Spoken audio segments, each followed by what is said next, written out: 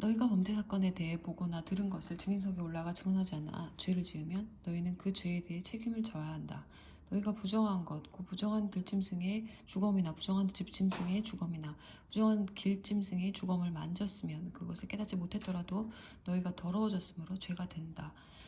너희가 사람 몸에 있는 부정한 것, 곧 그것이 무엇이든 사람을 더럽힐 수 있는 부정한 것에 닿았으면 그것을 깨닫지 못하다가 나중에 깨닫더라도 죄가 된다. 너희가 선한 일을 하든 악한 일이든 무엇을 하겠다고 충동적으로 맹세하거나 경솔히 다짐했으면 그것을 깨닫지 못하다가 나중에 깨닫더라도 어느 경우에나 죄가 된다.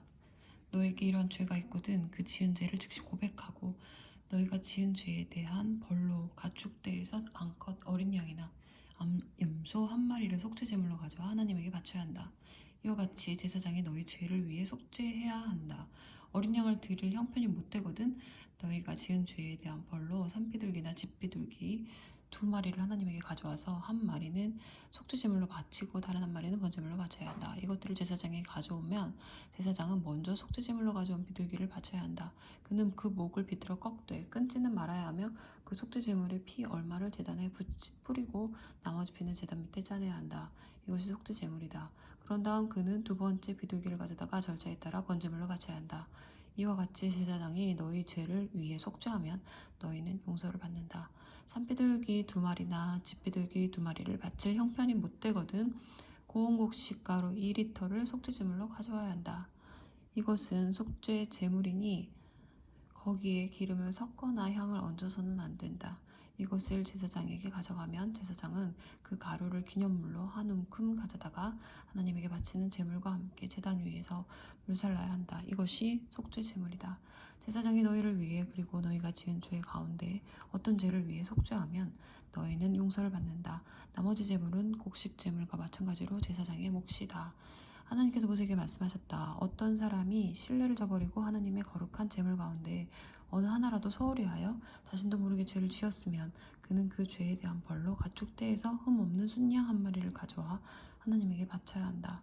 그 순양의 값은 세겔로 정해야 하는데 보상 제물의 값을 규정한 성소 세겔 단위에 따라야 한다. 그가 거룩한 제물과 관련하여 자기 신이 지은 죄를 추가로 보상할 때는 그 순양 값에 5분의 1을 더해서 제사장에게 주어야 한다. 이와 같이 제사장이 보상 제물의 순양으로 그를 위해 속죄하면 그는 용서를 받는다. 누구든지 하나님의 명령 가운데 하나라도 어겨 범해서는 안 될 죄를 지었는데 그것을 깨닫지 못하다가 나중에 깨달으면 그는 그것에 대해 책임을 져야 한다. 그는 보상 제물의 값으로 정해진 흠없는 순양 한 마리를 제사장에게 가져와야 한다.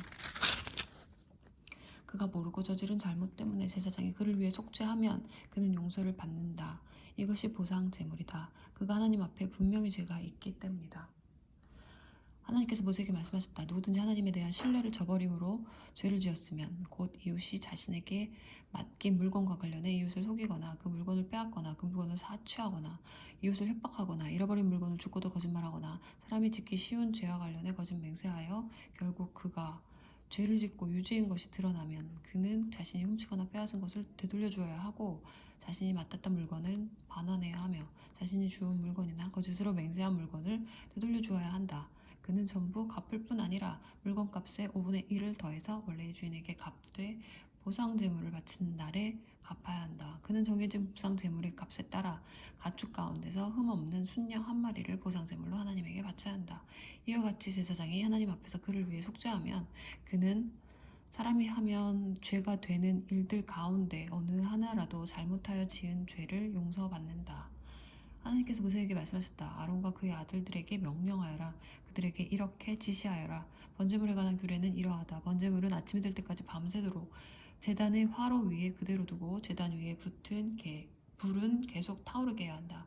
제사장은 모시로 짠 옷을 입고 속에는 모시 속옷을 입어야 한다. 번제물을 태우고 남은 재는 제단 옆으로 옮겨두었다가 옷을 갈아입고 진 밖에 있는 깨끗한 곳으로 옮겨야 한다.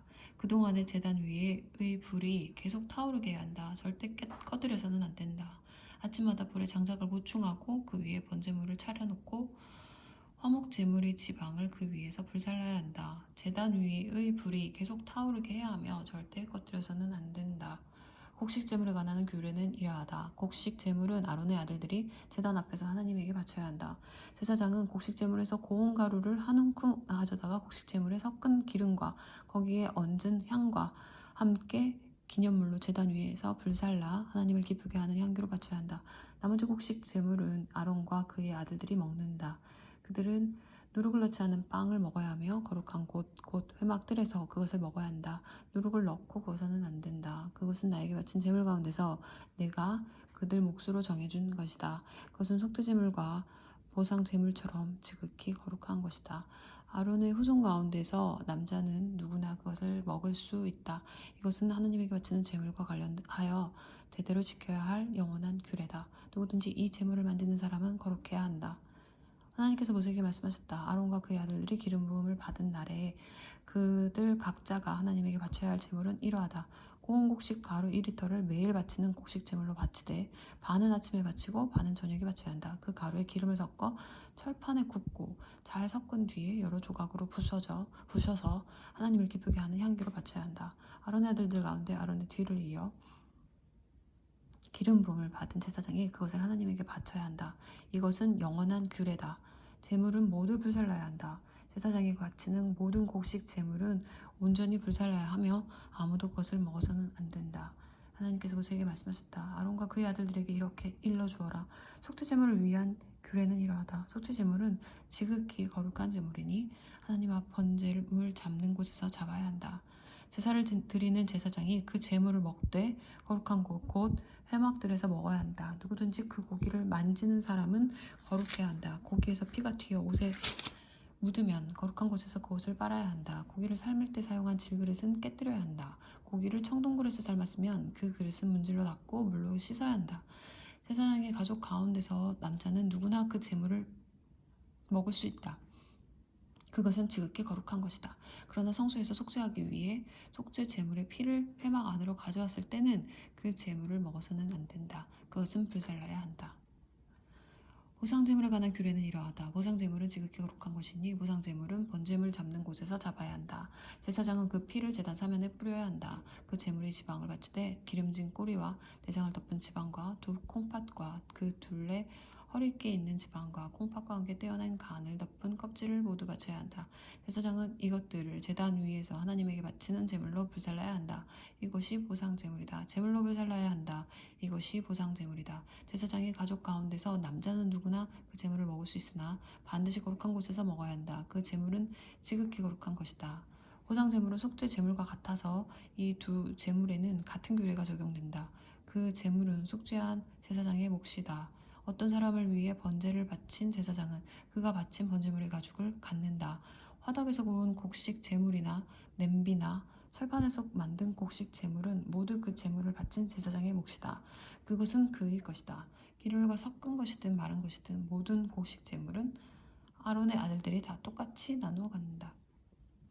하나님에게 바치는 화목 제물에 관한 규례는 이러하다. 감사의 뜻으로 화목 제물을 바칠 때는 누룩 없이 기름을 섞어 만든 빵과 누룩 없이 기름을 얇게 발라 만든 과자와 고운 곡식 가루에 기름을 섞어 반죽해서 만든 과자를 감사 제물과 함께 바쳐야 한다. 감사의 뜻으로 바치는 화목 제물에는 누룩을 넣은 빵도 함께 바쳐야 한다. 제물의 종류별로 각각 하나씩 높이 들어 바치는 제물로 하나님에게 바쳐야 한다. 그 제물은 화목 제물의 피를 뿌린 제사장의 몫이 된다. 감사의 뜻으로 바친 화목 제물 가운데서 고기는 그것을 바친 그날에 먹어야 하며 다음날 아침까지 조금이라도 남겨두어서는 안 된다. 서원 제물이거나 자원 제물이면 제물을 바친 그날에 먹고 남은 것은 다음 날에 먹어도 된다. 그러나 제물 가운데 셋째 날까지 남은 고기는 반드시 불살라야 한다. 셋째 날에 화목 제물의 고기를 조금이라도 먹으면 그 제물을 바친 사람은 받아들여지지 않을 것이다. 그 제물이 그에게 조금도 유익이 되지 못하는 것은 그것이 부정한 고기가 되었기 때문이다. 누구든지 그 고기를 먹는 사람은 그 죄에 대해 책임을 져야 한다. 부정한 것에 닿은 고기는 먹지 말고 불살라야 한다. 그 밖의 다른 고기는 정결하게 된 사람이면 누구나 먹을 수 있다. 그러나 부정한 사람이 하나님에게 바쳐진 화목제물의 고기를 먹으면 그는 회중 가운데서 추방될 것이다. 사람에게 있는 부정한 것이든 짐승에게 있는 부정한 것이든 또는 역겨운 물건이든 부정한 것을 만지고도 하나님에게 바쳐진 화목제물을 먹으면 그는 회중 가운데서 추방될 것이다. 하나님께서 모세에게 말씀하셨다. 이스라엘 백성에게 전하여라. 그들에게 이렇게 일러주어라. 소나 양이나 염소의 지방은 어느 것이든지 먹지 마라. 죽은 채 발견된 짐승의 지방이나 맹수에게 찢겨 죽은 짐승의 지방은 다른 용도로는 쓸 수 있으나 먹어서는 안 된다. 하나님에게 제물로 바친 짐승의 지방을 먹는 사람은 회중 가운데서 추방될 것이다. 너는 너희가 어느 곳에 살든지 새의 피든 짐승의 피든 피는 절대로 먹어서는 안 된다. 피를 먹는 사람은 회중 가운데서 추방될 것이다. 하나님께서 모세에게 말씀하셨다. 이스라엘 백성에게 전하여라. 그들에게 이렇게 일러주어라. 화목제물을 하나님에게 바칠 때는 그 제물의 일부를 자기 손으로 가져와서 하나님을 위한 특별 제물로 바쳐야 한다. 제물에서 떼어낸 지방과 가슴을 함께 가져와서 가슴은 흔들어 바치는 제물로 하나님 앞에 흔들어 바치고 지방은 제사장의 제단 위에서 불살라야 한다. 가슴은 아론과 그의 아들들의 몫이 된다. 너희가 바치는 화목 제물 가운데 오른쪽 넓적 다리는 높이 들어 바치는 제물로 제사장에게 주어라. 오른쪽 넓적 다리는 아론의 아들들 가운데 화목 제물의 피와 지방을 바치는 제사장에게 주어 그의 몫이 되게 하여라. 이스라엘 자손의 화목 제물 가운데서 흔들어 바치는 제물의 가슴과 높이 들어 바치는 제물의 넓적 다리는 내가 제사장 아론과 그의 아들들에게 준다. 이것은 그들이 이스라엘 백성에게서 받을 영원한 보장이다. 이것은 아론과 그의 아들들이 제사장이 되어 하나님을 섬기도록 세워진 날부터 하나님의 제물 가운데서 그들이 받게 될 몫이다. 하나님께서는 제사장들이 기름 부음을 받은 날부터 이것을 그들에게 주도록 이스라엘 백성에게 명령하셨다. 이것은 대대로 지켜야 할 영원한 규례다. 이것은 번제물, 곡식제물, 속죄제물, 포장제물, 위임식제물, 화목제물에 관한 규례다. 이는 시내 광야에서 이스라엘 백성에게 하나님께 제물을 드리라고 명령하신 날에 하나님께서 시내산에서 모세에게 주신 규례다.